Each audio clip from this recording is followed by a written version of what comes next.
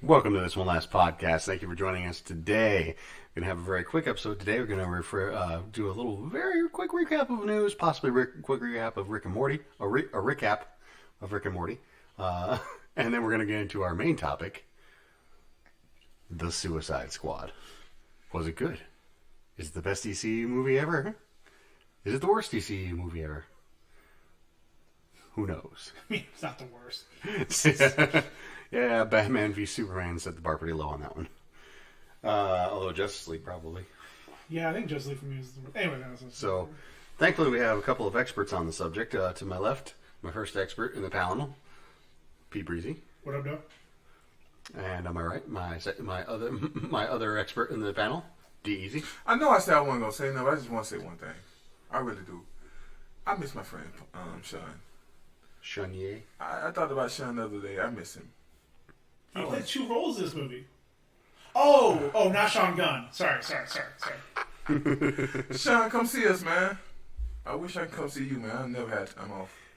He was here a couple weeks ago. Yeah, for the film, but I work like 2 jobs and could Gene jobs. Yeah. Hair flip. Nice. When I got the Jordans, I thought about Sean. And I'm Ryan B. Online. So, gentlemen, just very briefly on the news. First things first, finally got a date for Doom Patrol Season 3. Nice. What's her name?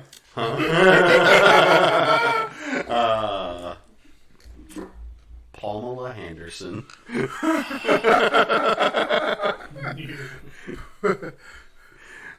Anyways, so the day that they're going to debut it, September 23rd, HBO Max. Yes, sir. Mark your calendars. Looking forward to that one. Enjoyed both seasons. Ended on a cliffhanger, and been kind of waiting for them to come back ever since. Well, they got 2 years or just 1 year since they... Probably going on 2 years now. Yeah. So that's good. You said you liked Doom Patrol, yes? I thought it was excellent. I thought the earlier season, the first season, I think it was the better of the two. But 2 has its own. Yeah. I think the thing about 2 is the cliffhanger. Yeah. Like, they didn't really resolve everything quite neatly. So we'll see what happens in Season 3. Next up in the news. So, there's been some casting in the second Sonic movie.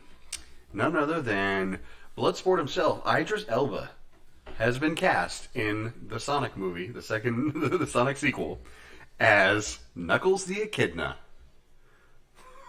It just is my he is my Spirit I'm animal? gonna say I don't know what spirit animal. How do I say? He's my European spirit.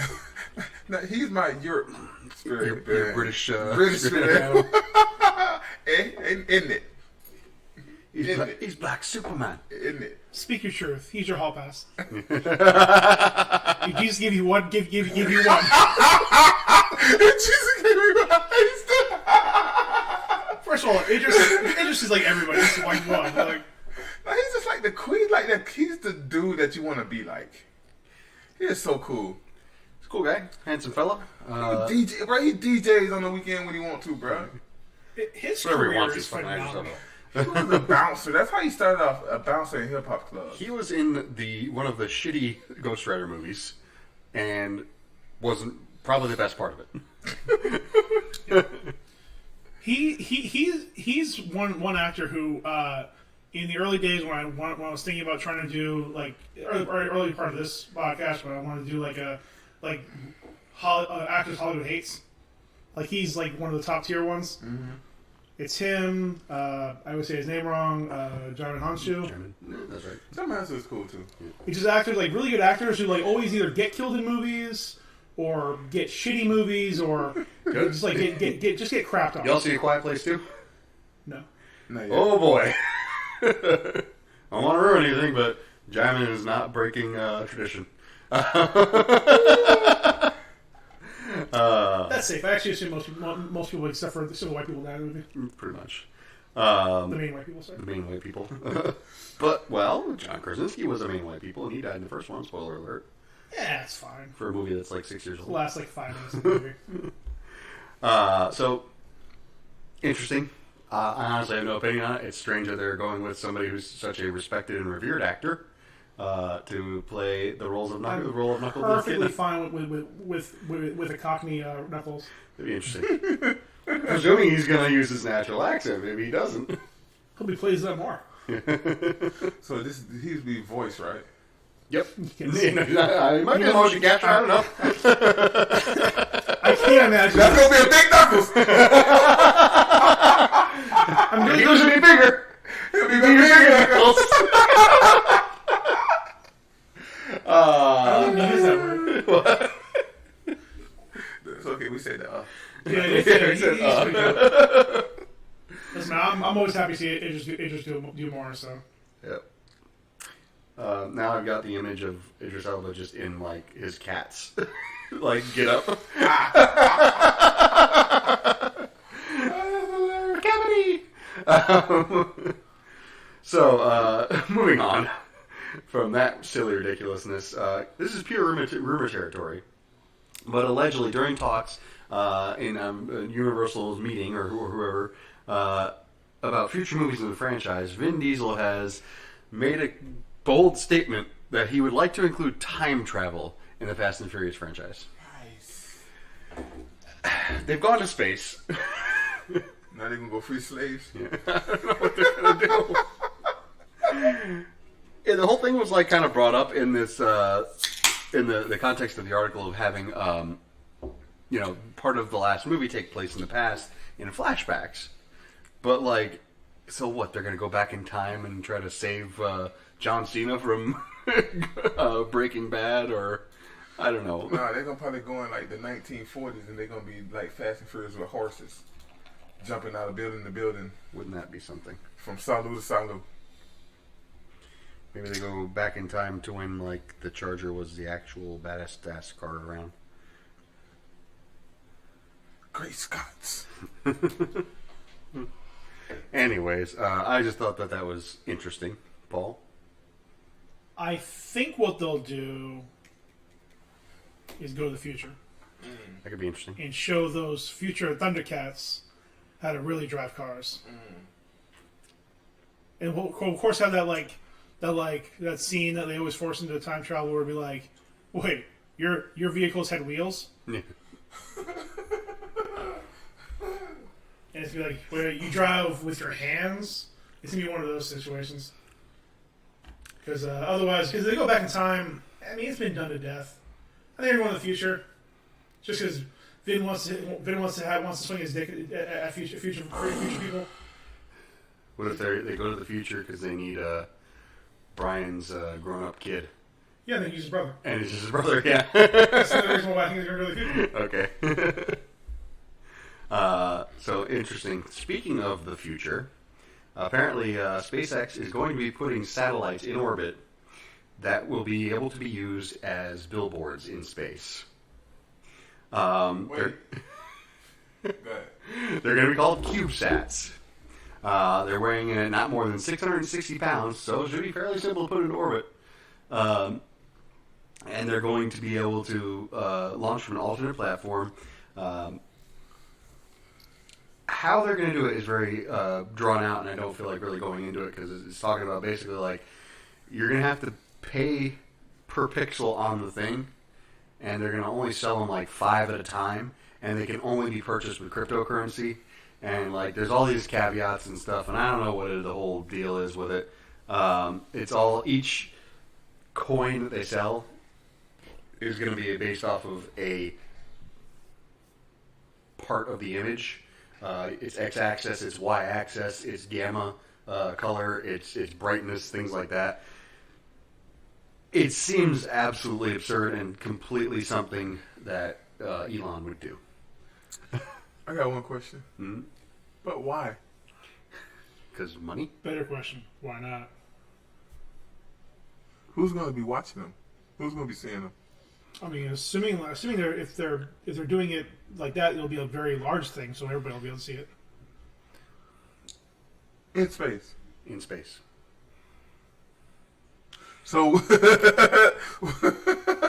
when I'm going outside to take my little nightly walk and find a nice little treat of urine behind, I can look up and read, "Get your sausages here." Yep. It'll probably be something stupid like Doge to the moon. Yeah, we'll definitely have a few awkward weeks or months where it's just like their ads, like showing that it works, assuming it works. Somebody from the porn industry need to get on that. The what? The porn industry. Can you Can't be seen imagine? if it's in space. There's no laws in I space. mean, it's already coming off satellites to your phone. So. No, but I'm saying, but can you imagine the evangelicals every time they walk out, they gotta look up and see that? It would have to be gay porn to upset them. No, any porn. Or people of color. There you go. Yeah, black porn. Interracial. Oh no, the pictures cost too much. No. Space is already black. You're right. Let's do the outline. So that's Ooh, that'd be Jimmy Black. clearly a far-flung, ridiculous, well into the future idea, and not at all scheduled for launch in first quarter of 2022.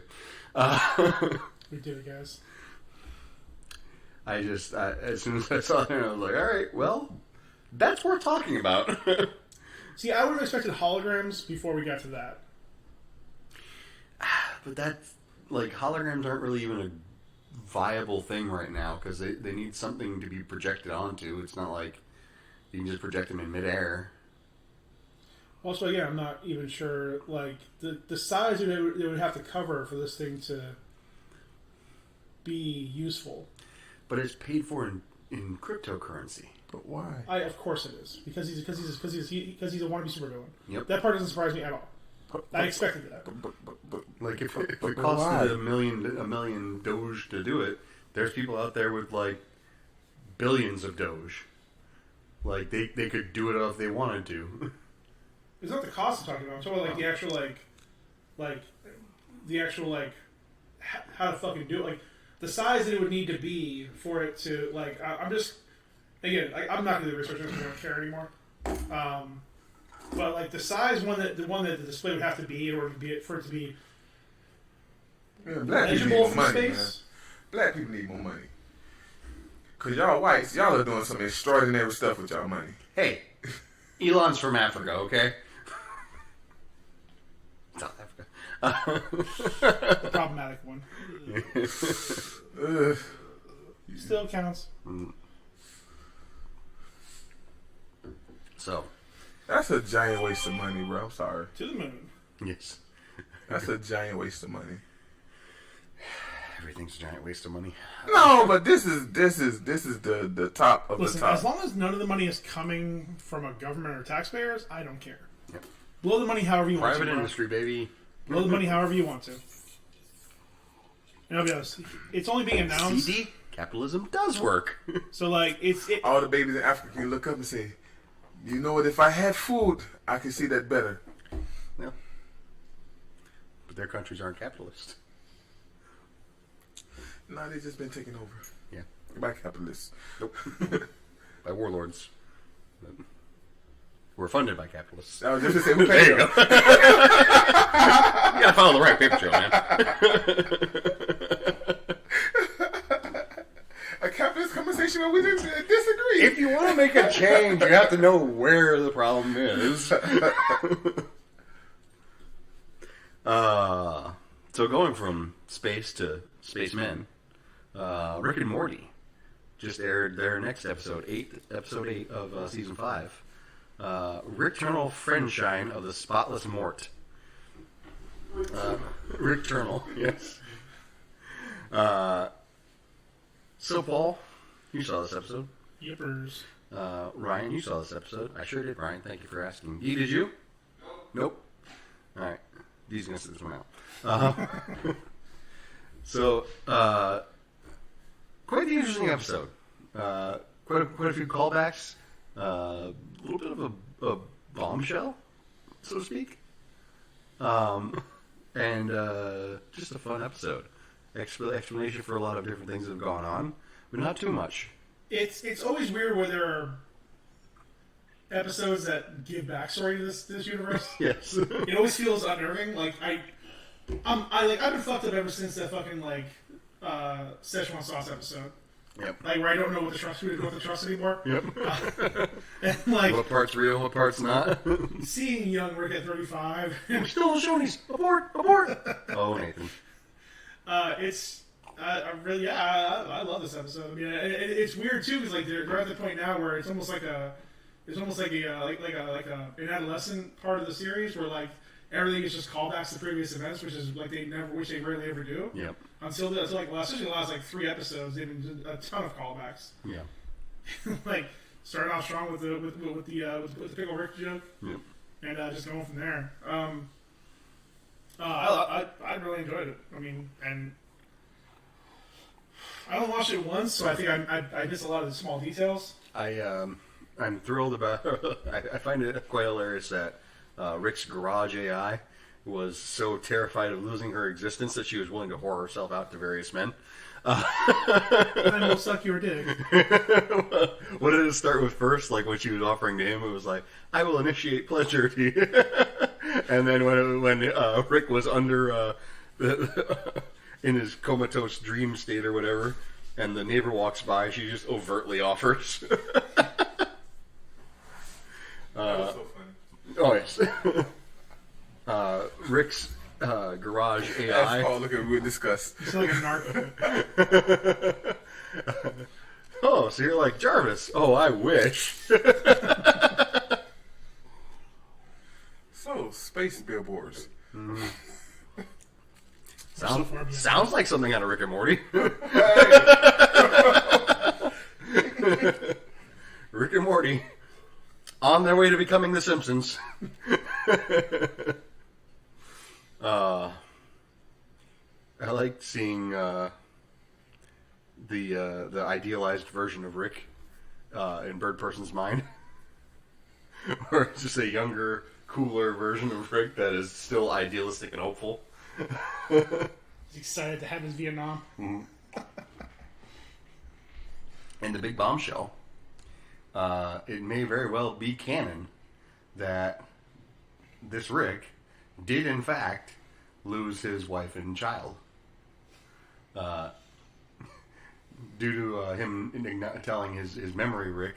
I'm still a little bit curious about that. He tells his memory Rick that he lets it slip or whatever that he's living with them. And his memory says basically, "Oh my God, you're one of those sad Ricks who moves in with a clone of your dead daughter," implying that the scene that we saw during the Szechuan Sauce episode, where his wife and child are destroyed by the Citadel of Ricks, is legitimate, is canon, which, as we all know, Rick hates canon. Yeah, it's really hard to talk about this episode without like giving away plot details. Yeah. But yeah, it's just a ton of great set pieces. Assumably, actual events because again, we're in the mind of Bird Person, so he's like besides Drax, one of the most literal persons there is. Yeah. Again, maybe from his perspective on different things. It is you who should suck my cloaca. Cloaca is a bird's asshole. No shit, everybody knows that. It's a good fucking episode. Mm-hmm. So yeah, I think a few weak episodes in the beginning, but this season turned around pretty well. Yeah. Can't wait for the season finale Went next week. hard in the paint with the Thanksgiving episode, and this episode particularly. Yeah, can't wait for next week's hour-long fucking double feature season finale. Is it just me, or is this episode heavily focused on eating ass? I mean, it's part of a balanced meal. It was a whole thing in the Apocalypse's episode with Summer and Rick, and then in the Thanksgiving episode with the president telling Jerry to eat his ass. He can complain when he has taxable income. Capitalism. But very good. Excellent episode. Interesting ending. Talk about the ending? Yeah, do it.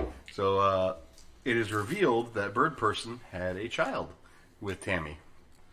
And that is what Rick uses to get Bird Person out of his own mind. No, he kind of didn't really talk about what was happening, but basically Rick reanimated Bird Person, but Bird Person's consciousness wouldn't go take over his body because he reverted into his mind because he couldn't handle the trauma of being betrayed by Tammy. Very heavy stuff for a for a dick and fart joke animated cartoon. Anyways, he gets him out by telling him he has a kid. Once they're out, Bird Person basically calls him out and says, "You weren't going to tell me about my kid until it was valuable to your survival." And he's like, "Fair point." It also turns out that the memory of Rick, the cool memory of Rick from Bird Person's subconscious, made it into Rick's memory and now exists in there. And then the last thing, the post-credit scene, you get to see Bird Person's baby with Tammy, Tamantha. We find out her name is Tamantha. Is in a galactic prison. And apparently just not taking anybody's shit and wrecking shop. It's glorious. So can't wait to see where all those threads go. As Rick and Morty is known very much for following through on all the plot points that they develop. Yep, they were going to be falling apart. Yep. In like season 12. Yep. So they only 70 more years. They only do 10 seasons, 10 episodes? I guess that's the new norm. There's no real standard. They kind of do whatever they feel. It's very organic. But I think last season was 10. This one is going to be technically 10 because they're doing an hour-long season finale for episode quote-unquote 9. So, yeah. Mm-hmm. That's fine. I mean, I don't need a lot of filler episodes. So, as long as they're good and good enough for me. Speaking of good enough for me, Paul, what are you drinking? Let me see. Funky Buddha, hard seltzer, passion fruit, dragon fruit. Jackin' No. Passionately dragon. Nice. Paul loves Cisco's Enter the Dragon. Let me see that. DeLacy, what are you drinking? Let me see.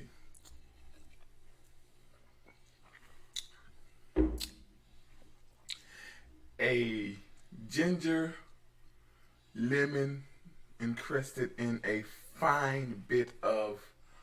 Ryan, what am I drinking? So, I put through a little cocktail together for D. He said that he wanted a drink.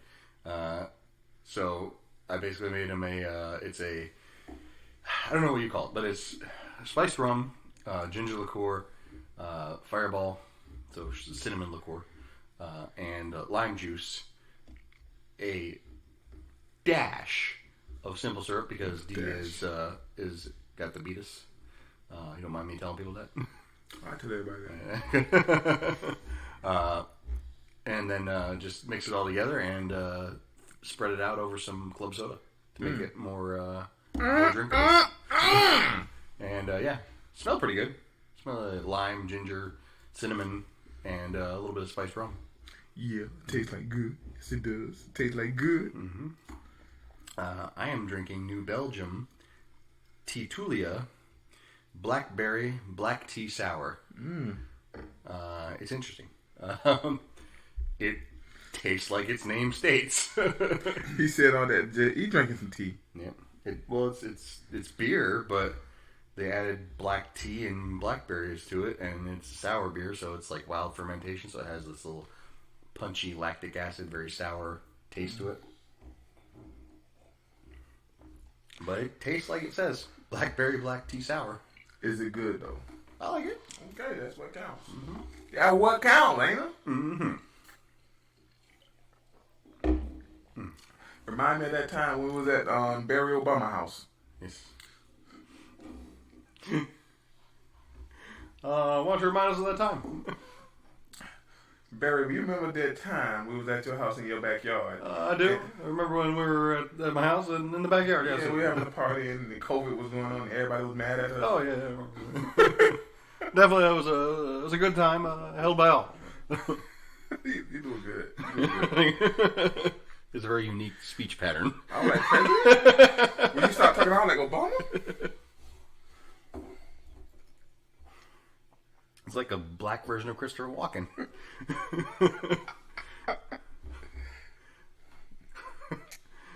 My fellow Americans. I don't know. My fellow Americans. My fellow Americans. Are we talking about Suicide Squad? I guess we can. Yeah. Speaking of, yes. So can we stop talking about Suicide Squad already? We just move on. Yeah, pretty much. Let's stop talking about Suicide Squad. Then where did I come? No, listen, we're all done talking about Suicide Squad. I could have put candles all over. Let's my go talk bathroom. about the Suicide Squad. Which I have an idea that they should have used. All right. It should be named Suicide Squads. I guess, cause, yeah. That way it could be a part 2. Cause it basically was a part 2. And it was 2 teams. So, okay. This film, it doesn't actually matter in the grand scheme of things, but it is both a sequel and a soft reboot. It has characters from the previous universe, but they don't acknowledge the events of the previous universe. Harley and Flagg clearly have a rapport that has not been established on camera. Certainly wasn't established in the first movie. Yeah. And really, I mean, Flagg is almost a different character in this movie than he was the first one. Mm-hmm. So, yeah, because you have... I mean, really, what it came down to, again, there's a whole bunch of drama with the first one we don't really want to get into, but more or less, Gunn was just given free reign. They said, use whoever you want, do whatever you want, however you want, we don't care, here's a bunch of money. And that's where we're at. I thought it was the Suicide Squads. I thought that would have been the best way to name this. Because both of the teams, are we doing spoilers? Well, apparently you just did, so. Yeah, There's a reason why they wouldn't do that, because everyone's that point. But they infused the teams anyways. Huh? The teams was infused anyways. Well, I mean, 2 of them survived by chance. It's fairly clear, especially with the choices of the characters, that they were, by design, supposed to be expendable. Yeah. Like, I thought James Gunn wrote Harley Quinn better than anybody have written her in a movie or in this universe. In so many ways, bro, she was like perfect, bro. She was a bag of cats, bro. What? Is that good? crazy? Yeah, she was crazy. No, I loved it. So, and I think too, what coincided along with that, and beyond the writing, is I think like as far as like her the writing goes, it's been more not the way she's presented the character has been fairly consistent. But I think having the 2 prior movies to like establish who she is now, where she's officially over the J-Man, she's her own person, she's crazy just because she has fun doing it. She's not crazy just for the sake of being crazy. I think lends itself really well for her arc in this movie, which is why I'm fine with her surviving. Spoilers, but yeah, I mean, from here on out, this is all spoilers. There's no point in, like while it's not a very it's not a story driven. It's not a very story driven episode. It's character driven. There's certainly moments. It's hard to really tell this movie without giving away spoilers because again, it's just a big fun action movie. Yep. And that's why, like, I thought about this for a while before we started, like, over the weekend. And I came to the conclusion it's not worth having the conversation of comparing this to either the first one, but more importantly, it's not worth comparing it to either Guardians movies. Because while there are similarities of a group of losers coming together to survive, nothing else is in common with the movies. No. At all. Well, for one, this is a fucking R-rated movie. That's whatever. I mean, blood or not blood. I mean, that doesn't change the movie necessarily. Who's going to see it? I'm gonna say this. Go ahead. I'm sorry. Go ahead. Again, I'm not focusing on that part. I mean, just the story, the movie itself. I mean, regardless of the blood, the gore, the intended audience, whoever. This one is very clearly made to be standalone, whereas the other 2 are meant to lead to a franchise. This one, if it has a sequel, cool, but it wasn't made with the intention of there being any more. But see, that's the problem I have with DC. they write everything to be a franchise instead of just telling a good story. I say the problem is they make everything trying to make a franchise without knowing how to. That's what I said. Most franchise movies, the good ones, they don't start out franchise. They just kind of happen that way. I think Marvel clearly wanted to make a franchise. It's just they were better at it. Because when you look at, I think Marvel, the difference is, I think Marvel build worlds. And when you build a world, it's easy to put a character in that world and just tell stories. Whereas DC, they say, okay, we want to make 3 movies of this right here, so go figure it out. So now you got to do this, and then when you do the second one, you got to implant this one. Whereas Marvel, you have a world. Iron Man is in this world. You tell stories about Iron Man. What happened if Iron Man get a lot of suits? You get what I'm saying? You have a different. You tell different stories, and I think that's where Marvel excel. When you look at my favorite franchise would be Captain America, even from the white one to the black one. When you add all of that up in it, they're connected, but they're really not connected. Like the first one is really not connected to the second one. It's just he's connected. There's different stories. Then the third one, that's a whole different story than the second one. You get what I'm saying? You have characters in it that connects it, but it's more of a different story. You get what I'm saying? Well, so for the first one, obviously it takes place 70 years in the past. But it establishes Cap and Bucky's relationship, which is integral to the second one, which is integral to the third one. Yeah, but what I'm saying is, that comes with the world. Now you're telling different stories. You get what I'm saying? That story, you got this. If I tell a story of us, of course our relationship is going to shine, but I can tell it in different ways. You get what I'm saying? I can tell the stories at sea.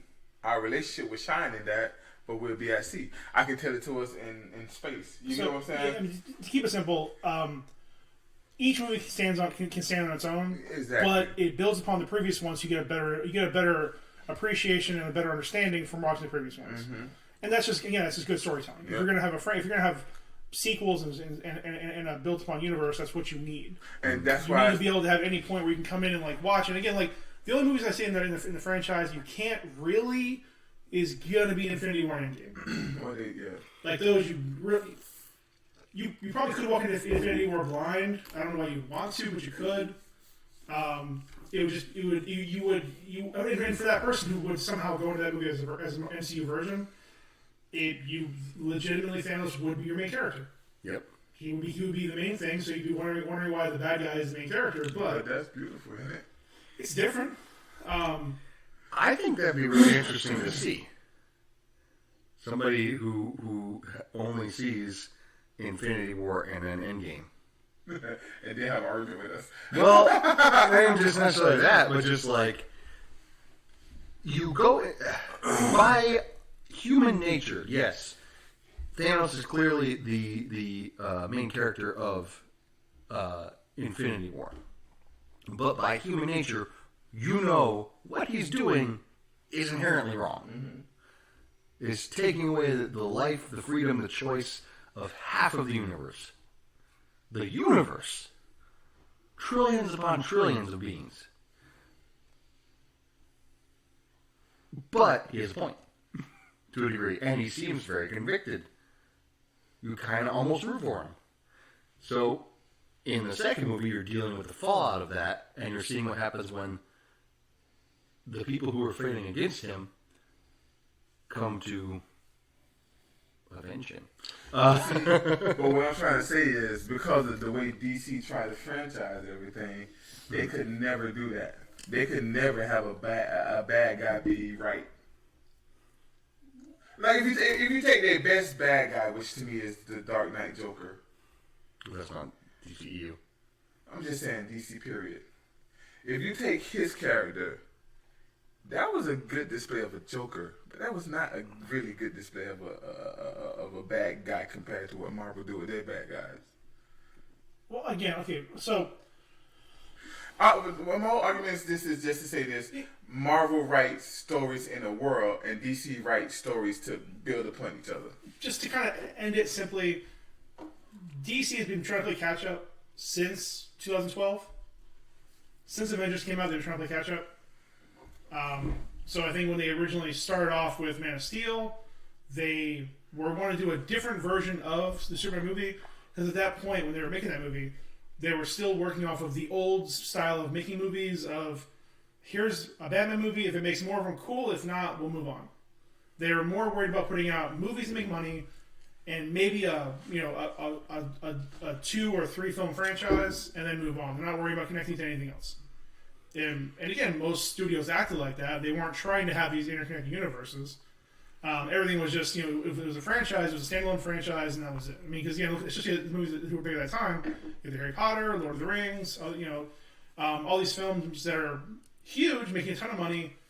Then we enter this period of now, $1 billion movie is more normal, and they don't know how to take their characters who should be easily translatable to billion dollar franchises, and they just don't know what to do. I do. I know how to fix it. They legitly have to work backwards now. Like, you telling me you would want to see a dead shot? Was he dead shot? Who? Idris Elba. Nope. He was dead. What it was? Bloodsport. Bloodsport. You telling me you wouldn't want to see a Bloodsport prequel movie now? Nope. I would love to see a prequel. I would love to see how he got there. He put Superman down, and I would love to see how he got there. Because what you did now is you gave your villains a character. Now you gave him you gave him a story. Now work backwards with that story and say how you get here. You get what I'm saying? That's why you can save it. This is not their villains that you want to do that with. This is just, these are the disposable villains. These are the ones that nobody really cares if they die. That's the whole purpose of the movie. No, I understand that, but what I'm saying is, you got these characters, these villains, and they survive, and people like these villains. You can say whatever you want. People love Harley Quinn. People absolutely love Harley Quinn. People would love, what's Deadshot? Bloodsport? Yeah. I would love to see a prequel with Bloodsport, is how he got there. I would love to see John Cena continue with a prequel to see how he got there. I don't know if that's going to be a prequel, though. That's what I'm saying. That's why I'm using the word prequel. That's how you can build this universe. Because now you can bring in Superman for a bit and see what Superman been doing. With Bloodsport, you can bring in Batman for a bit and see what Batman was doing. That's how you fix this. You guys saying you don't want that because you're only looking at the characters as being D-list characters. But if you get them a life, what they did now is gave them a life. You guys. Who are you talking about? You guys just said you wouldn't. No, I said they're villains. They're disposable villains. They're supposed to be this. This is the whole point of the Suicide Squad. But they only disposable because they use them that way. Yeah. Well, no, I mean, it's the whole point of the Suicide Squad. But that you run through all these D and Z list characters and they kill them off very quickly. I'm talking about me as a non-comic book fan, don't know these characters other than what was portrayed to me in cinema. I would absolutely love to see a prequel to see how Bloodsport got there. I think that's how you fixed it. I'll pray your wish comes true. There's a whole bunch of problems you got to deal with. I hope they turn around because again, there's a plethora of great characters and great stories in the DC universe that I hope one day happens. But it won't be until they actually get people in charge that actually makes sense. But what I'm saying is they focus too much on the Justice League. When it's their bread and butter. That's their Avengers. It's really not. Listen, I mean, yes, it is because of because of. But what I'm saying is they haven't told good stories with those people. You're right. That's what I'm saying. I don't think they can. That's what I'm trying to say. The only way they can tell a good story with those characters is a real hard reboot, and people are tired of seeing those characters rebooted. But here's the thing, I think... And they only had one film. Okay. Well, listen, we all want to do better. That's fine. Let's move on. We only have like half an hour left. We're getting crazy derailed. Simple information to start off with. For The Suicide Squad, the budget was $185 million. Not bad. Crazy amount for an R-rated movie. It's a crazy amount. Well, okay, it's a crazy amount, I think, because of COVID. They're not getting it back. They finished before COVID, but Yeah. What I'm saying is, in the time of COVID, with this movie coming out during COVID, they're not getting that movie back. I think pre-COVID, if the world would have kept going before COVID, they'd have got them. oh yeah, no, of course. But regardless, like $500 million. R-rated movies traditionally have lower budgets. Like this is a lot. This is a lot of money for an R-rated movie. I mean, along with that, I mean, we'll get to that in a second. I will explain part of the budget later on. So the film opened up on the 28th in UK and France, and a week later in the US. So far, though, as far as of Sunday, only made $72 million. And Samba TV, I guess, is a service that tracks streams. In the first 4 days, it only had 2.8 million streams. Down from the high this year was Mortal Kombat at 3.8 million. I would like to say that I did my part. I both saw it in theater and on streaming in the same day, no less. I enjoyed the movie. Like, this is a good movie. Now, that being said, too, the film was only released in 5 countries, and one of the countries have not released their information. That was Saudi Arabia. So I don't know how many actual views or tickets were sold over there. Makes sense. It ain't exactly a huge population over there. It's not, but at this point, anything's gonna help them. Well, I will say this though, them Saudis 10,000 people who live in Dubai. I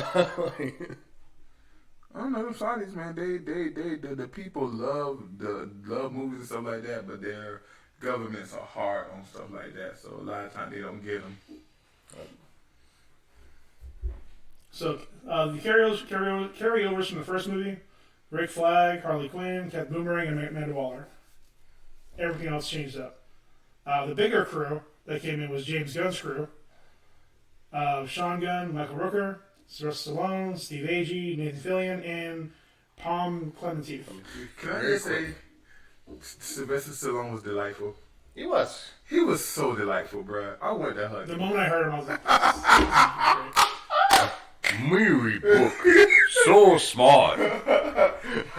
Starting playing to his strengths. Bird. Oh, that was a good scene too with him and Ratcatcher too. We tried to eat her. We tried to eat her and they're like, oh, and she's like, you have such kind eyes.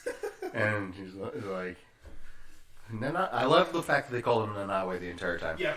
I love the fact that they never once called him King Shark. Twice. They called him twice, actually. Oh, they did? Yeah. Peacemaker calls him it once, and Amanda Waller does one time. But yeah, every other time he had call him by his shark guy. His actual name. Like, not his slave name. The moment where she says, it's such kind eyes, Nanawe, would you eat your friends? No have friends. But if you did, you wouldn't eat them. Can we be your friends? That was a good scene. Oh, yeah, no, it was a good character overall. Especially when he's trying to figure out his disguise, singing to the city. Wear mustache. I love the bit where they're putting the Semtex C4 or whatever in the fucking cracks, and then he's Peacemaker. That's actually very nice. It does look a thing like me. That's very nice. I love when he had the little fish with him and did it actually go. I was like, oh, that's gonna hurt him. That's gonna send him back. Yeah, he was the King Shark was definitely the Groot of the movie. Yeah.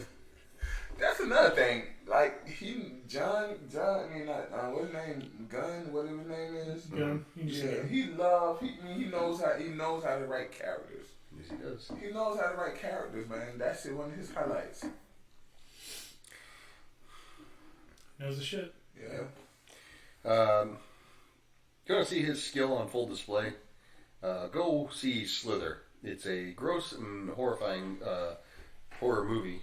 It's more of a creature feature from back in the day almost. But it's like an hour and a half, and he does a lot with that time to like make you enjoy characters, start hating other characters, see some of them as just, fodder, comedy relief, and just in a very brief time, with a very simple concept of a movie, he just does amazing work. But admittedly, you need to be a horror fan because it's a lot of body horror and special effects and gore and stuff like that. But Cool. So, admittedly, I only watched the movie one time. I meant to watch it a second or third time because I wanted to really like keep track of like the detail stuff, like the music and things like that. Love how it starts off with Folsom Prison. Much more appropriate for this kind of movie.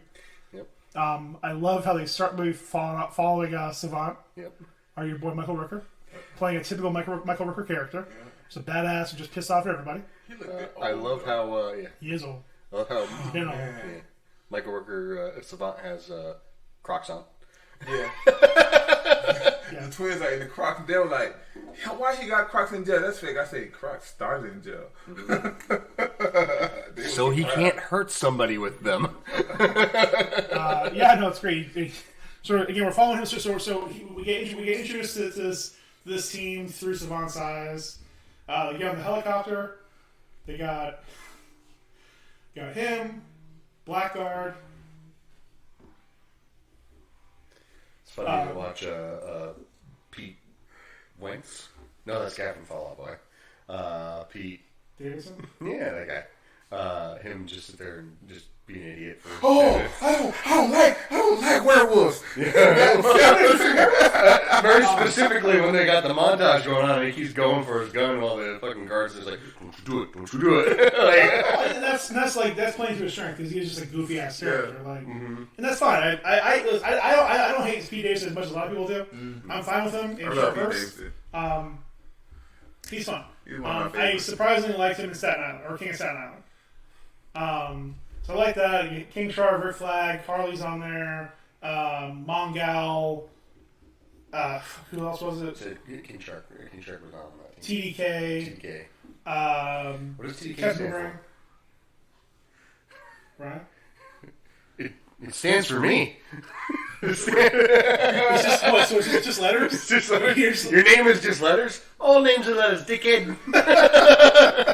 He reused his joke from Endgame, but yeah, all words are made up. Oh my god, I love it! I love all of it. And then Weasel's there, just chittering the entire time. Lula Borg talking in his accent, and Harley Quinn being all enamored, and he goes, American girls love accents. That's right, because we don't got no accents. We ain't got no accents.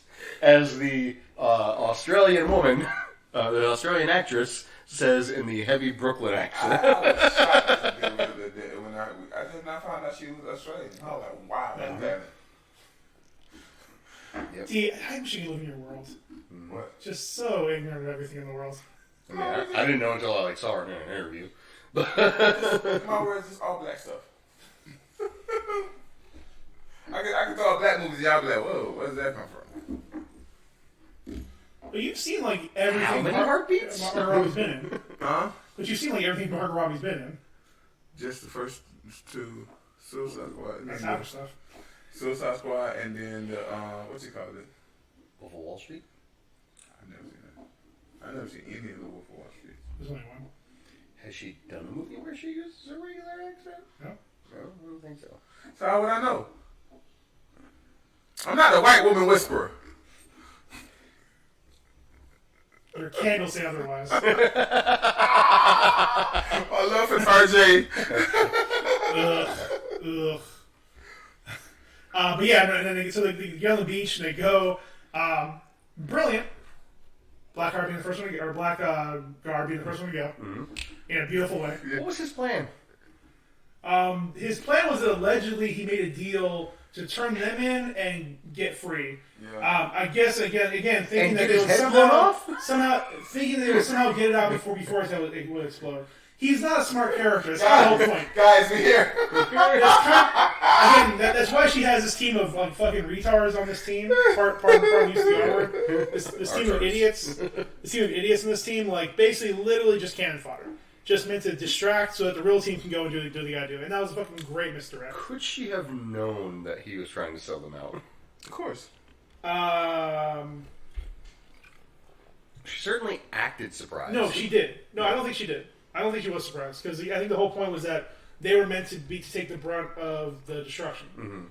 Because again, because obviously going in the flashback, she spent more time with the other team. Yeah. The other team seemed to have, again, was more suited to taking care of the mission than the other team was. Yeah. Because again, you have Javelin, TDK, like these characters that literally can't do anything. Like TDK is like he finally reveals his power. It's fucking hilarious. Fucking hilarious. But my favorite part is when the arms was getting shot. He was in the ground. Good decision to change his name to TDK, because if they would have gone with Arm Fall Off Boy, it would have given the whole gag away. Yeah. But that's absolutely great. And I'm sure she's just putting Harley on there because, she didn't care if she was Harley. Yeah, give her at some point. Yeah. Like, and then obviously putting Flagg on there because they have to keep up the air of legitimacy. Plus, apparently she's got Flagg 2 in Bloodsport. Yeah. Plus, again, I don't think she puts a whole lot of care into really anybody she uses. I suppose not. Can I say this? We have to give it up for Viola Davis.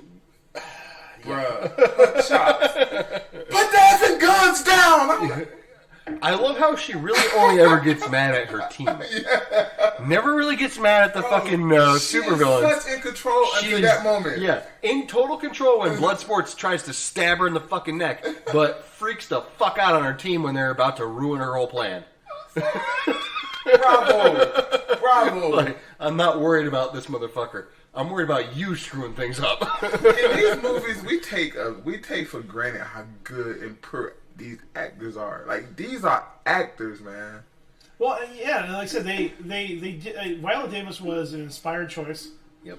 Gunn has always been really good at making the right hirings, the right castings, and I mean there are a lot. Again, listen, whether it's Marvel, DC, like I haven't questioned a lot of their casting choices.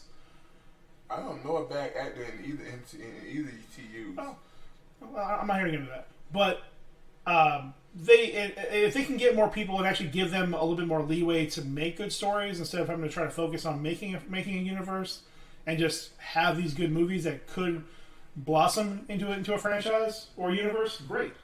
But for the benefit of nothing else, they're working on the idea of having a focusing on an Elseworlds mentality, the worlds of DC, so that anything's canon while nothing's canon. I'm fine with that.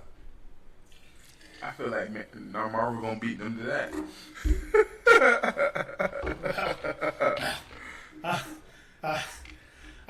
So yeah, that was a brilliant scene in the beginning. The great one horse race is thrown around a lot. The perfect misdirect from the opening group where the fucking whole team gets fucking murked in 7 minutes. Mm-hmm. Brilliant. And you're like, the whole time, like, including one of the returning characters. Yeah, the whole time, I'm like, what the fuck? I was so taken aback. I thought Boomerang was safe. I thought he would have been safe. I didn't see him dying. I'm fine. He's fine. Muff cabbage. I was again, like, it was unfortunate. Unfortunately, I think that because they had to have trailers, it gave away some of the. It gave away a couple of deaths, unfortunately, but that's fine. I mean, again, we all kind of assumed the bigger actors weren't going to die. Did y'all know Michael Rooker was going to be in there? Yeah, I had no idea. They announced the names like a year and a half ago. I had no idea. That stuff was great. It's really fun. I love the scene where they infiltrate the camp in the middle of the jungle. Oh, that's great. It's fucking brilliant. Get in there, and again, like, looking back at it, I was watching a review. I'm like, okay, well, yeah, they did break down a tower. They were shooting and killing people everywhere. There's people on fire. Nobody in that little tent hurt anything. Yeah, they all seemed extremely more shocked than ready to fight. That's what I was saying. More shocked than on guard. And in the middle, it's so loud. And in the middle of that, you have Peacemaker and Bloodsport having a one-off, playing horse for kills. I love the bit where fucking Peacemaker just goes up to the guy lying in the bed and just with his fucking action. Like, wow. He just turns around and shoots the guy. Wasn't fatal. Which explosive compressive bullets. I was going to say, but some of the quotes are in here. One of the quotes are in here that I fucking love. Lord Blister goes, "No one likes to show off." Unless they're showing off as dope as fuck. Fuck, it's true.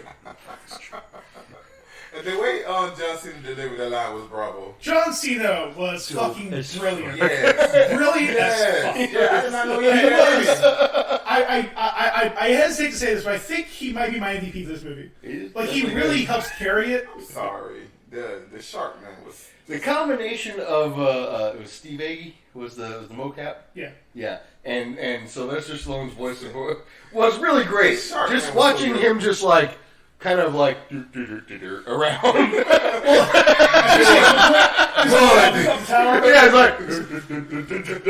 Well, but yeah, I think what worked perfectly for King Shark is that they only use him sparingly. Yes. They didn't rely on him. They didn't spend a whole lot of time relying on him. They use him. They use him. And that's why it pops so much, because you get so little of him, you fucking love it. I'm nuts. I love how they start out with the whole sequence that you're talking about, with King Shark just completely devouring a manhole. This was fucking weird moments. Yeah. And then he's like, fish. Like, he's just like the weirdest fucking shit. Fucking love it. There was an unsung hero in this movie when he was in the scene. Weasel. He was funny, bro. I enjoy Weasel. He's harmless. Well, he's killed 27 children. He's killed 27 children, but we got him to agree. I'm pretty sure he's on board. Yeah. I love how they're like, did they really? Like, either Weasel and King Shark. Do either one of them know what's going on? Like, did anybody check and see if the Weasel can swim? Yeah. It's so good. Oh, the same thing where he's like, bro. Bloodsport has a rat phobia? Yeah. So, like, the Weasel thing is played off as the Weasel thing is played off as a gaffe, right? Yeah. I think the Bloodsport rat phobia thing was a specific choice by Waller to get him to connect with Ratcatcher more. To get them to have the moment where they're, I'm going to get you off this island. I'm going to get you off this island. Brilliant fucking cameo. Taika Waititi. Oh, of where? Where? He was her dad. He was Ratcatcher 1. Oh, I didn't see that. Yeah. I don't know to get Waititi out of the costume. I'm a CG guy. I don't know. Not Korg. He's not a 7-foot-tall rock monster, D. I was thinking everything but Korg. Yeah, no, brilliant. It was fucking brilliant. It was great. Because while he can act really well, it's good to use him in short spurts. Yeah. Yep. Unless he's doing Hitler. I just love how this was like, yeah, that was great. I just love how he had this whole like mystery built up around what character he was playing, and like there was a whole thing where like they thought that he was going to be the voice of King Shark, and they thought he was going to be the voice of Starro, and they thought like all this other stuff, and it turns out he's just the Ratcatcher 1, and he's in the flashback a couple times. Did y'all know Stallone was in this movie? Not until like the first trailer or whatever, where they were like, where they actually and. They had announced it a while ago, but yeah, there was no like information what he was. I mean, yeah, they didn't announce what anybody was doing really until like more recently. That was a treat for me. When you were talking about quotes, one of my favorite ones is when they keep reusing. He's proficient with all weapons. Anything in his hands is a deadly weapon. Are you serious? Are you serious? Yeah. It's just me. I do everything you do, but better. I hit every target dead center. I hit it more dead center. I hit it more dead center. With smaller bullets, I go into the hole and never touch the sides. And I love how they pay that off. I love how they pay that off. That was really good. Smaller bullets. I love how they get to that point too, where like.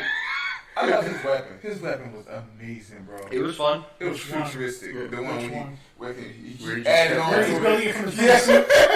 He added on to it. I was like, that's awesome, bro. Yeah, like you were talking about, he just keeps falling through the fucking tower. Yeah.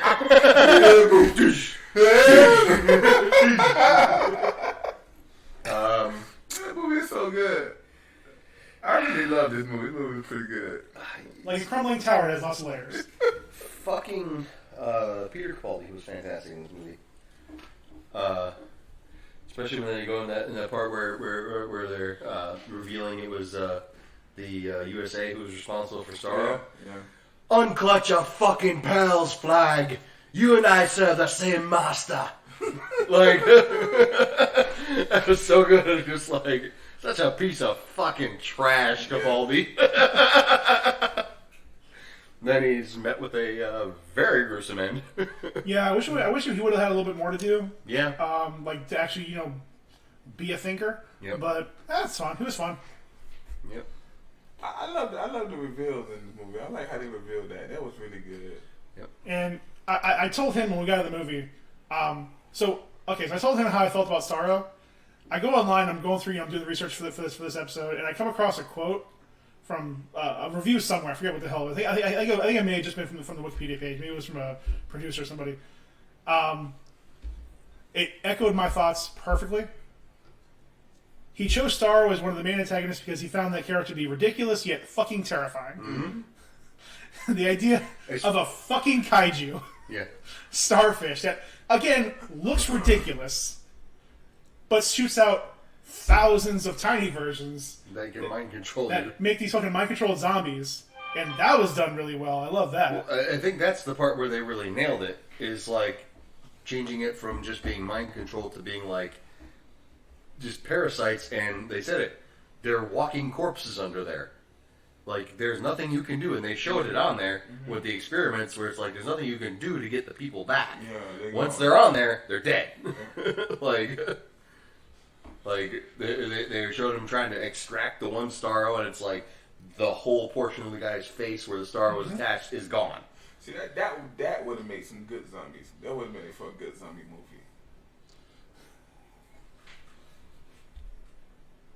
But I thought Starro, to me, I thought the last part right before he died, I just want to see the stars.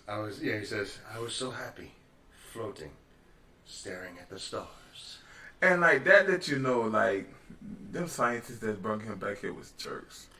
Well, yeah, it's the thing of it is like, yeah, it started out as like, okay, the fucking astronauts found him in space, and then they didn't know what the fuck to do with him. Let him alone. And then so they brought him back to Earth, and the scientists did it, and they say, well, he's got this potential for mind control power. What can we do with that? And it's like, they were so preoccupied with whether or not they could, they didn't determine whether or not they should. Well, that wasn't when they messed up. They messed up by taking him. Like he was roaming, messing with nobody in his own freedom. Once they took him, they took his freedom. You telling me if we find an alien somewhere, we got the right to just take the alien? Well, they're going to. I ain't even saying whether they're going to or not. I'm saying right. Unless the alien Right, takes so them matter. first. Huh? There's no loss in space. Unless the alien takes It's them Wild first. West, baby. Wild West in space. I guess they done took a few of us, huh? Well, and I love too. I love too that there really wasn't a villain in this movie. No. Well, yeah. There was an end threat. It was a villain. I mean, the U.S. government. The U.S. government was a villain. They made the U.S. government a villain. I mean, the Corto Maltese government was also the villains. They weren't going to do any better. They wasn't a villain. But they were only there because of the U.S. government. Yeah, there was more I of a... guess. What they say? What they say? If we didn't do it, they'll wipe them off or something like that. If they didn't do what they say, of course they didn't have no power in this. Oh no, the play had bad people, but I was saying the actual villain of the movie, was really. I mean, it kept changing hands. I thought they said if the family didn't do what U.S. said, they was gonna kill him. Probably, but again, that part doesn't matter because then they took that power and used it in. I don't get into politics of this fake country. Yes, fake country. Anyways, yes. Not at all analogous to real life. That's not a real country. No, it's not. No, That's crazy. it's like it's DC's go-to Cuba. South America. That's the country it is. South America. Them too. Cuba. Yeah, a lot of major events happen there Really? throughout the animated series and comic books and everything else. But yeah, it was kind of cool to be the first time they finally really use it in the movies. But that post-credit scene, I completely forgot about the spinoff. I was told him I was super expecting it to be TDK or just his torso, or just his arms. Yeah. I thought, when he died, I thought it was going to be a prequel. This spin-off was going to be a prequel. Yeah, no, I totally forgot about that. I mean, perfectly honest, I totally forgot about it. I knew about it, but I thought it was going to be a prequel. And I can't believe it's coming out in January. They work fast. Yeah. They work fast. Hey, the Fast Furious better lock that boy down. They better lock him down. For the last 2 movies? He's shooting to the star. He'll be gone before they know it, and they'll be asking, how come I can't see him anymore?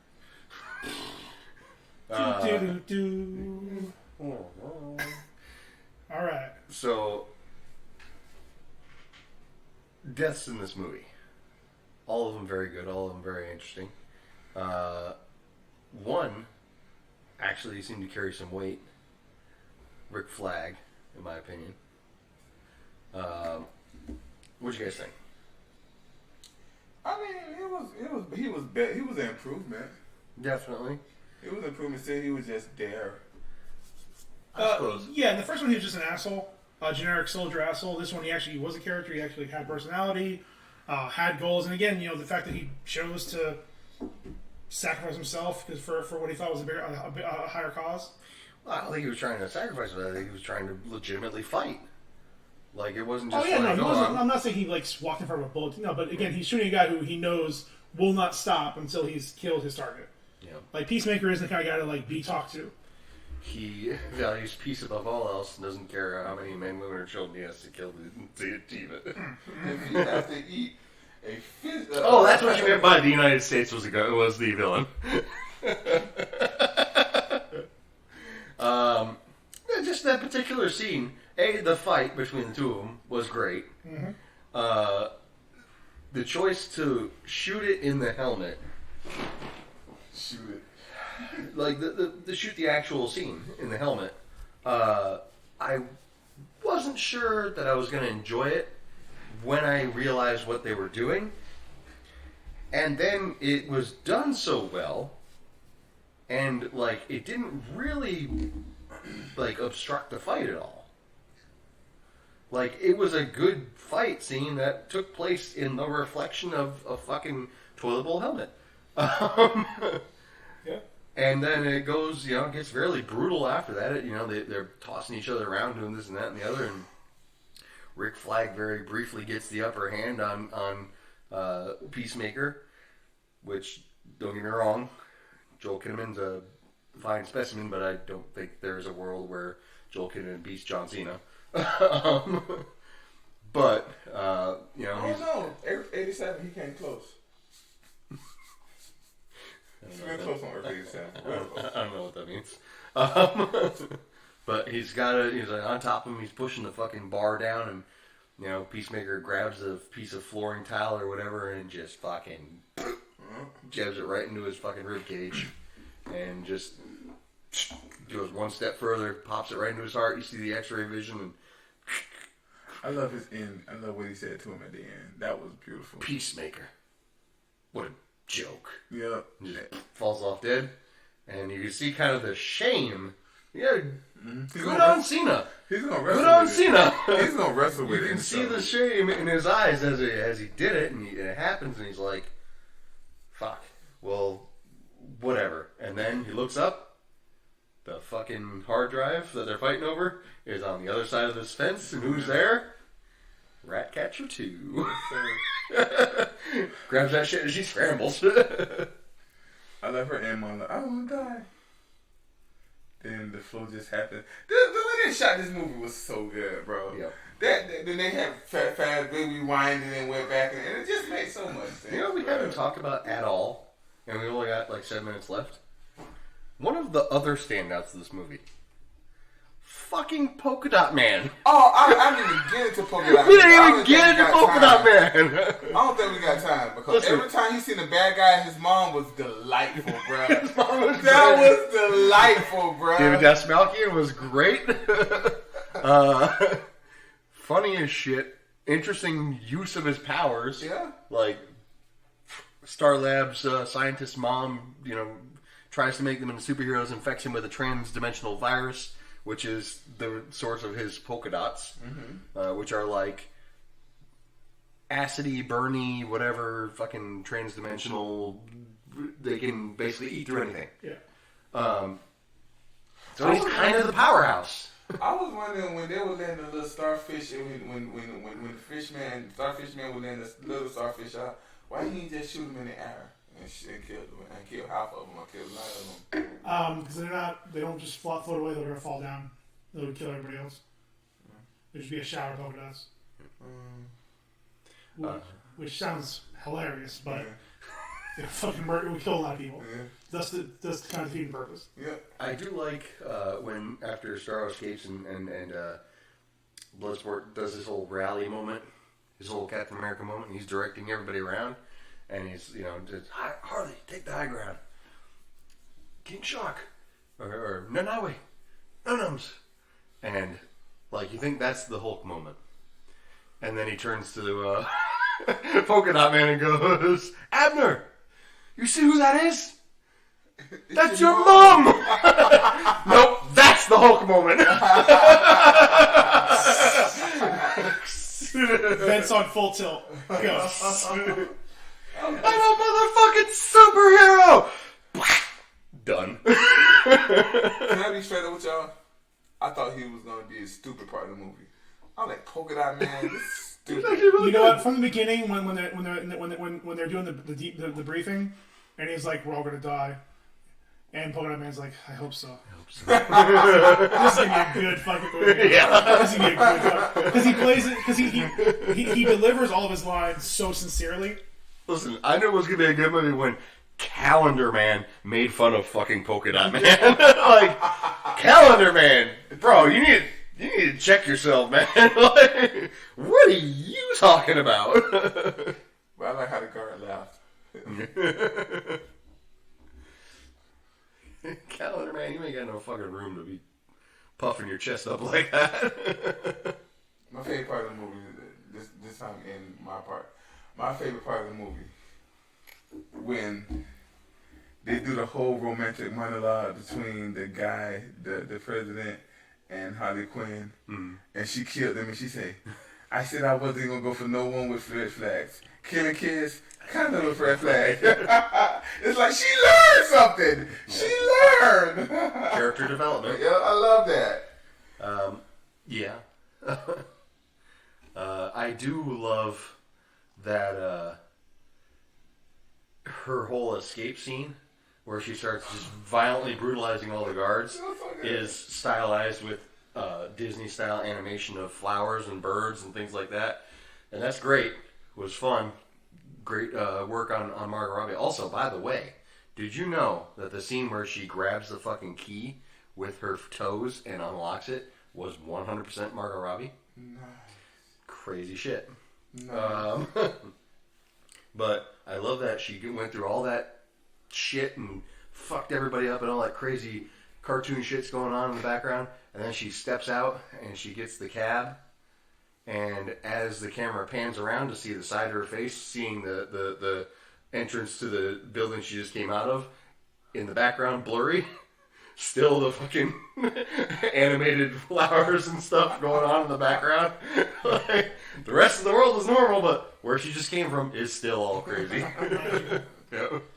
All right, Dean. Before you leave, we're gonna keep going because we're adults. But where do you rank this in your DC movies?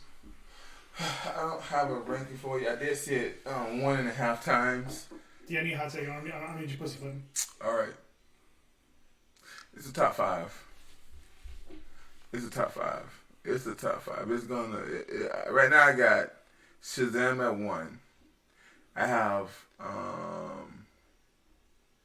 the first Wonder Woman at 2.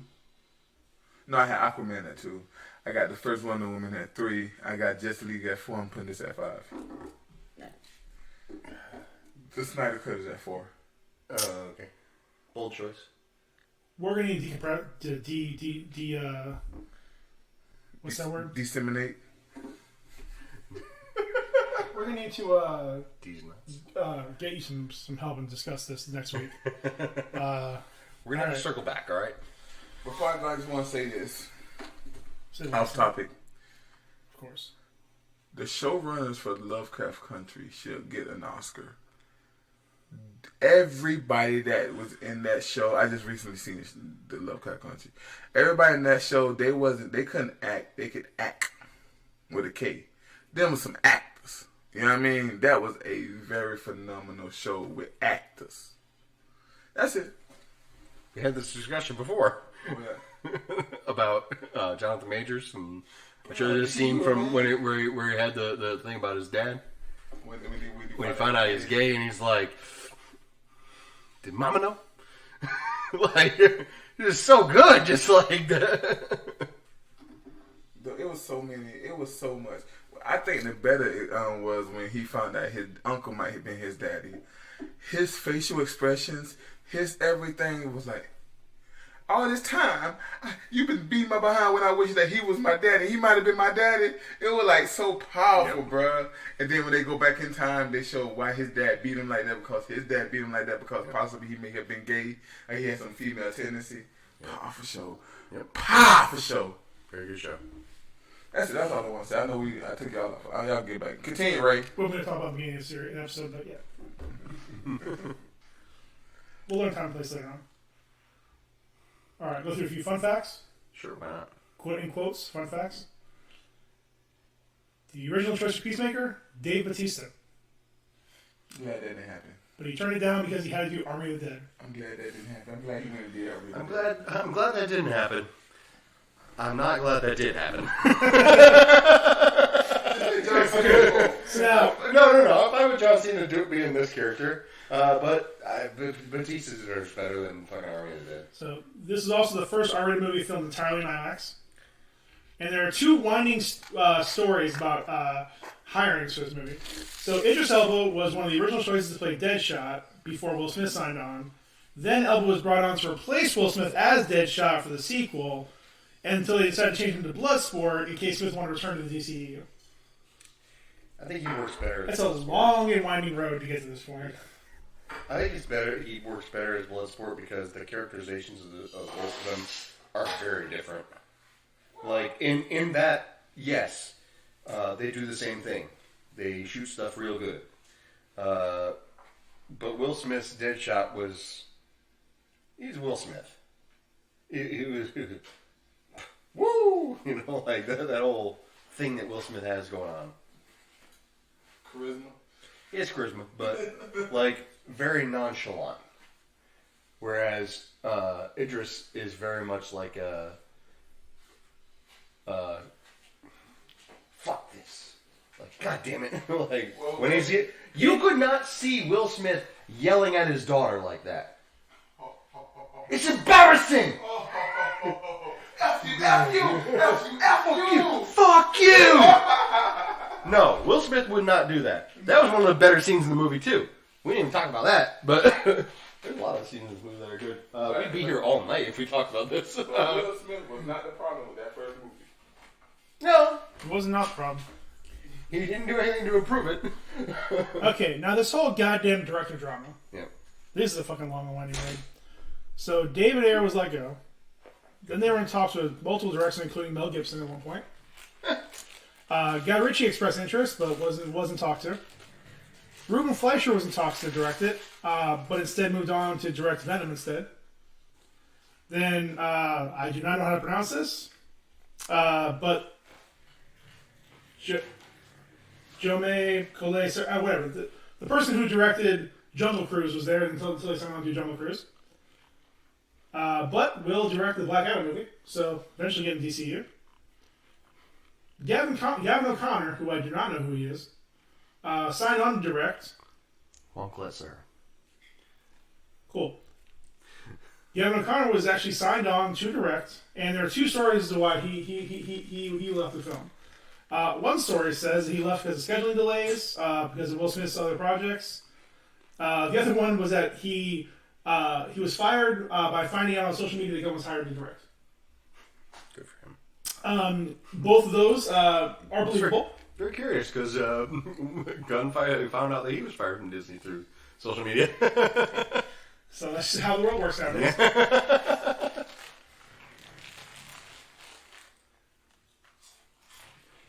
Give us a brand new meaning to the word Facebook official. Facebook official. controversial. So I think we go through a bunch of the quotes we like. I think a couple ones that I do really like. We're between Ratcatcher and Thinker. Yeah. So he's being pulled out of the strip club as soldiers are coming in to get him, and he's talking shit because that's just what he does. He's trying to unnerve them to try to make one easy so he can try to get away, and it's not working because obviously they're just way stronger than he is. And so Ratcatcher too, annoyed at this point, scared, not knowing what the hell to do because she's not used to being on her own like this, with trying to quote unquote lead this group. Just asks him, "Do you want a dozen angry rodents crawling up your ass?" And the Thinker responds, "My answer might not be what you expect." In the full, thick Scottish brogue. Bloody marvelous. I could absolutely see him answering this question as the Doctor. Oh yeah, 100%. And my answer might not be what you expect. And then that briefing pre-mission was fucking full of great moments. While going, your mission is to destroy every trace of something known only as Project Starfish. Any questions? Starfish is a slang term for butthole. Think there's any connection? Oh, Peacemaker, you brilliant bastard. And Amanda Waller having to play the role. No. Having to answer his question. I love the precursor to that, though. What is that? It's an overhead projector. Do you use it? No, not really. Why don't you just throw it away? Bloody marvelous. Great movie all around. Absolutely. I'm actually really disappointed they didn't make more money the first weekend. Absolutely. I was really hoping for more. Because I like the movie that goes, and it seems like every time there's a good DC movie, it makes no goddamn money. Mm-hmm. It makes no fucking sense to me. It's infuriating. I know why that is. The reason is, the ones that are good are the ones that have little studio interference. And when the studio doesn't think they're bankable, they just say, whatever, do whatever you want. So the artists, typically people who like the property, because they're probably not getting paid the most to do it, will take it on and make a passion project. At the time when Patty Jenkins did Wonder Woman, the first Wonder Woman, I think she was not a highly paid director. James Gunn was coming off of a lot of heat from Disney. Who the fuck directed Shazam? I don't know. James Wan? I mean, that's kind of a wild card right there with Aquaman. But most of the time, it's these smaller projects that don't have a lot of studio support because the studio doesn't think that they're bankable, which means they're not going to interfere as much, which means somebody who loves the project, loves the IP, is going to come in and do it. And we're not talking about fan-made stuff here. We're talking about capable directors. So you got a capable director with enough money to make it happen with very little studio interference. And that's what makes it good. Right. So, on the other end of the spectrum, you've got the Marvel movies where they've learned, Disney has kind of learned, let them do what they want, but give them more money. And that's why those are really good. Less studio interference is the key. That doesn't apply to this because there was no studio interference for the Suicide Squad. Right, that's exactly what I'm saying. When there's no studio interference, it turns out better. But that wasn't the question I asked. You said it seems that whenever there's... So it doesn't make any money because they don't fucking promote it. I mean, they promoted the hell out of Shazam. They didn't. Yeah, they did. You also watch the internet without ads. It's true. I am blessed. So you have no idea what this is. I am blessed. No, and again, granted, this movie wasn't heavily marketed as well as the other ones were, but it's been talked about and it's been in circles, and there's enough big names attached to it. Where I'm genuinely surprised it didn't make more money. Yeah. It's disappointing. I mean, it is what it is. And, It's a combination of factors. I think one of the big ones is that the first Suicide Squad didn't do very well. Like, who's going to go see the sequel to a movie that they didn't like?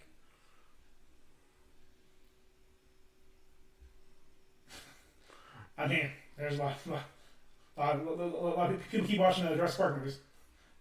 Good point. But I don't think that people actually didn't like those movies. Well, I don't think people are willing to admit they didn't like those movies. You still got a lot of people who go around there and say that no, well, any of them since the first one. None of them have been as good. No. The first one was fucking lightning in a bottle, and they've been trying very hard ever since, and they haven't gotten close. True that. Mm-hmm.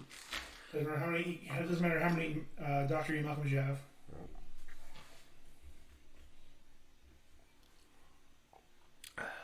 Criticism finds a way.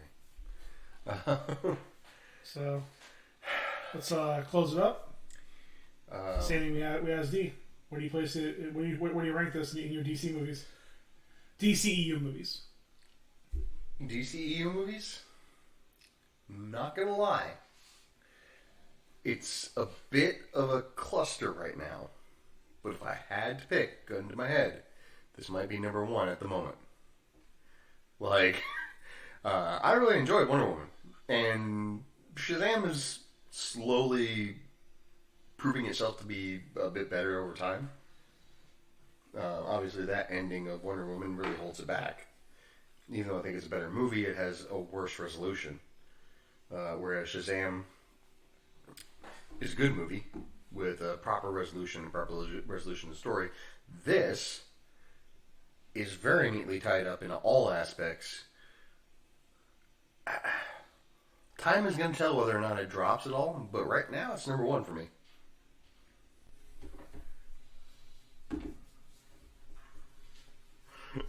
Me too. Again, it's pretty easy system to rank there. There's only like 3 or 4 movies worth watching. Mm-hmm. Out of the 10 movies so far in DCEU. Yeah, it's number 1 for me. Number 2 is probably Shazam. Number 3, probably Wonder Woman. 4 is probably Aquaman. And 5, I would probably say Man of Steel. No Birds of Prey. I prefer the name The Emancipation of One Harley Quinn. Another movie was Muff Cabbage. Start to finish. Just trash. But they're all Muff Cabbage. I guess in that Man of Steel was probably a less convoluted movie. Yeah, and again, because I think at least at that one, I understand what he's trying to do. Mm-hmm. My problems with it... so the problems I have with that movie, if they were edited out, make it a much better movie. Yeah. Like, honestly, my main problem with that movie, besides, fucking Superman being a fucking emo kid running around the world, yep. Really is popcule. Yep. And, like, 2 scenes in particular. If they took those 2 scenes out of the movie, I would love the movie. The movie would be so much better. But it at least had, like, it felt like one movie that had, like, a destination at least. Yep. The other movies just seem like they're trying to copy the Marvel formula, or they're trying to be a darker version of the Marvel formula, which makes no sense with that fucking universe. Nope. Anyways, we're not here to shit on DC. Good job, guys, for letting James Gunn do his thing. They made no money, they'll never do it again. Good job for letting DC shit on themselves. Word. Mm-hmm. I don't know. Overall, fantastic movie. Yeah. I highly recommend. We're going to see it. We got a bunch of we have like 3 movies coming out in the next year, I think, or at least 2 movies next year. And Black Adam's coming out finally. And Black Adam and Batman. I don't know. I think there's one more coming out, but I don't remember. So, if Peacemaker follows the same, and James Gunn is involved, he's the showrunner for that series. Mm-hmm. So that should turn out pretty well. I mean, I don't know what they're going to do. Other than just him running around being a idiot Jason Bourne. I don't know, or idiot James Bond. We'll say it was very interesting. We got to see quite a lot of John Cena in this movie. Yeah, we did. His tidy whities. Woo. Woo. You can see That him. was what? That boy was vascular. Yes, you That can boy was see him. vascular. It was. I'm surprised it wasn't blurred out. It worked really well though because of the fact that like he was just so goofy while being just so fucking jacked. So, like John Cena plays well when he's just completely unaware. Like he's just like not stupid, just unaware. Like doesn't give a shit about his perception. He just wants to do his job. Yeah. He plays that so well because I don't think he doesn't have a massive range in his acting. But when he does, Well, we saw his massive range. But what he does when he can do a few things really really well. Yep. And I'm glad. It's another guy that I'm glad to see him more. And honestly, as well as Blissfully ignorant is apparently his his bread and butter. well, and that's why I was frustrated with Fast 9 because he wasn't playing to his strengths. No. He was trying to be a Toretto, and it's like, dude, just no, man. No. This is like, don't be a boring ass character. Be a human being. First off, Vin Diesel should be the only Toretto, and he should not be taken too seriously. Like, that's why The Rock came in and played completely opposite. Because he was like, this is what this franchise needs. Yeah. Yeah. Sad face. Dope as fuck. Yeah. Great movie. Loved it. Definitely gonna see it a few more times. Yep. Hope he gets more play. I do too.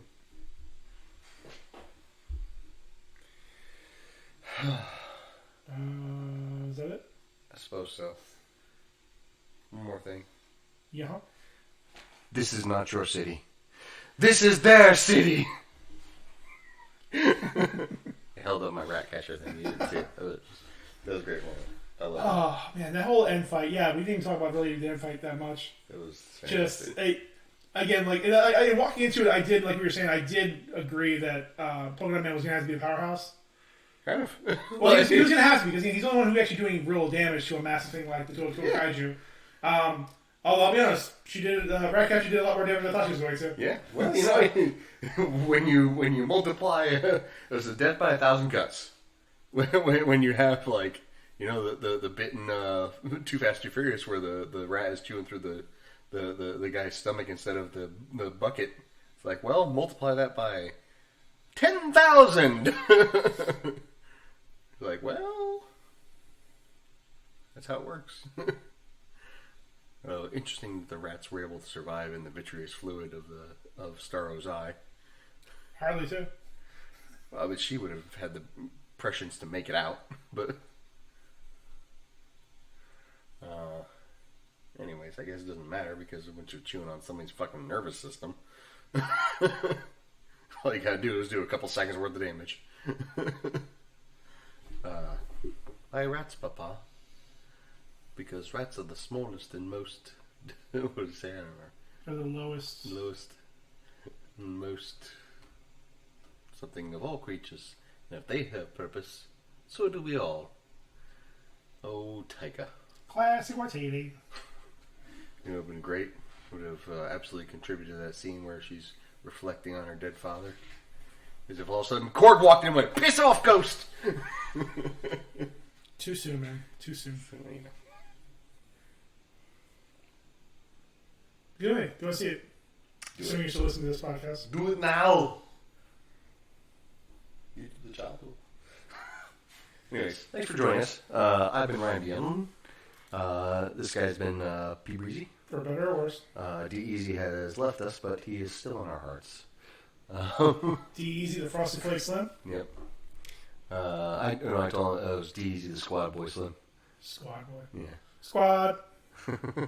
Bye. Bye. Bye. Bye. That's good. Bye. Bye.